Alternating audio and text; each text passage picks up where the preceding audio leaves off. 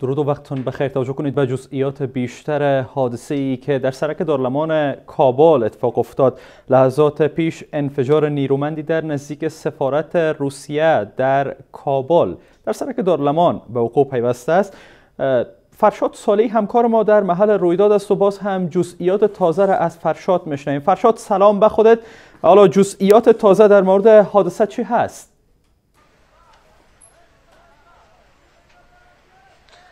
سلام، شام شما بخیر. همون گونه که در لید گزارش گفتین، در واقع فردی که خود را گفته میشه شاهدان عینی که مملو از مواد انفجاری بوده، خود را در برابر یک نوع موتر کاستر خود را منفجر میکنه و گفته میشه از اثر این رویداد 4 کشته بر جا گذاشته و 2 تن دیگر زخم برداشتند. اما تا اکنون مقامات امنیتی در پایان به این رویداد سخن و یا حرف نزدند، اما گفته میشه که این موتر نوعش نوع موتر کاستر بوده و معمولا یا هم از سوی این کارمندان ادارای حکومتی و یا هم نهادهای خصوصی بوده که حمله کننده ای را مورد هدف قرار میده. اما تا اکنون جزئیات تایید شده در دست نیست، اما چی که ما گفتم این در واقع گفته‌هایی است که شاهدای عینی گفتند. حالا با کسی موفق شدی که در کنار داشته باشیش تا جزئیات تازه را از زبان خودش داشته باشیم؟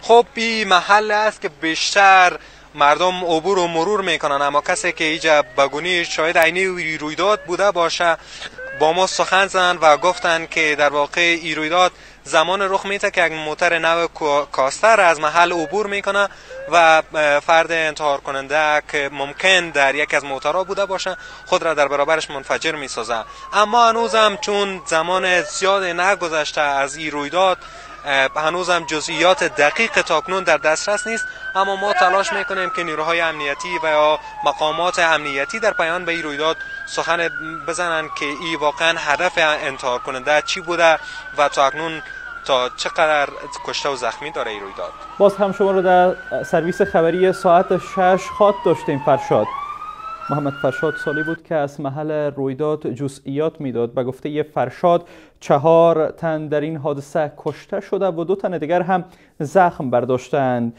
این حادثه دقیقاً در 10 یا 15 متری سفارت روسیه اتفاق افتاده است. بر جزئیات بیشتر باز هم با آریانا نیوز باشید. در سرویس خبری ساعت 6 جزئیات تازه تری ارائه خواهد کردید. وقت خوش.